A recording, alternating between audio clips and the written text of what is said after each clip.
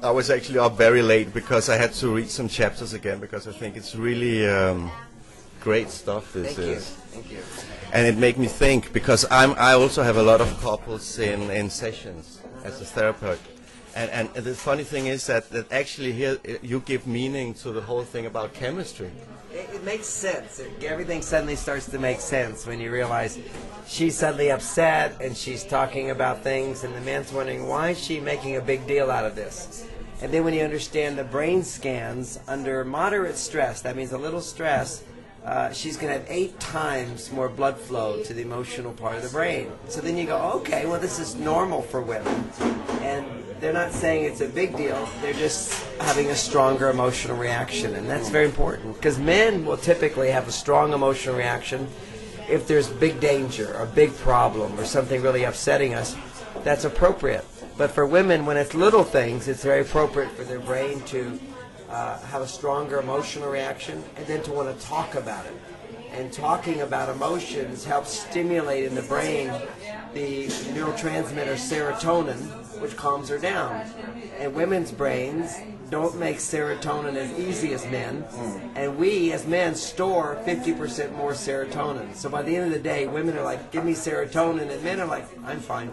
Yeah, that's good that you mentioned that because actually I wanted you to just tell a few things from the book because they're essentials because people that haven't read the book, maybe they don't understand what we're going to talk about. Right. Well, one of the other essentials, just as like a basic, is that, which is new information for most people. It was new for me, and I've been studying this my whole life. But in the last 5 years, the universities have found that the hormone testosterone, which we all associate with men because they've known this for a long time, that men have 30 times more testosterone than women. Everybody always thought, well, that's just men have a bigger sex drive or whatever. But it's way more than that. It's testosterone lowers the stress levels in a man's body. So the cortisol, the stress hormone, goes down when testosterone goes up. For a woman, if her testosterone goes up, it doesn't affect her cortisol. So the things that lower stress for us, maybe watching a game, soccer game, it will lower the stress for us. But for women, it might be a nice experience, but it doesn't lower her stress levels. And what lowers stress levels for women is the hormone oxytocin. And oxytocin is through affection, through romance, through talking, through sharing. It produces oxytocin in us, but too much oxytocin for men makes us sleepy, but for women, it makes them begin to glow.